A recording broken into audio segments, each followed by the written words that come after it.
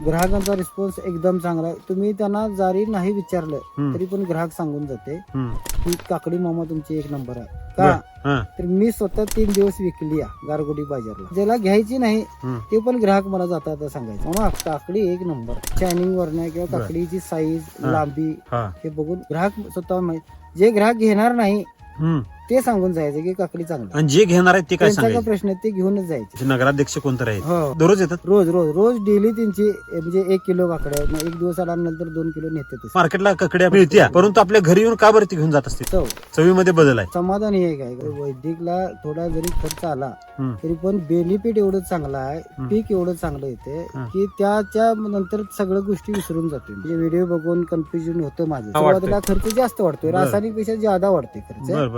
पण तू ज्यावेळी हार्वेस्टिंग चालू होते 30 दिवस झाल्यानंतर तर तो खर्च माझा 2 ते 3 दिवसातच निघून गेला. ह्यांचं गावात आणि माझ्या अंतर भरपूर आहे, बरोबर 30-35 किलोमीटर आहे. 35 किलोमीटर जाऊन तुम्ही एसिड वैदिकची उत्पादन आणता, ते उपलब्ध नसताना सुद्धा तुम्ही ती उपलब्ध करता, वापरता आणि त्यातनं विक्रमी उत्पादन सुद्धा काढता. घेतलं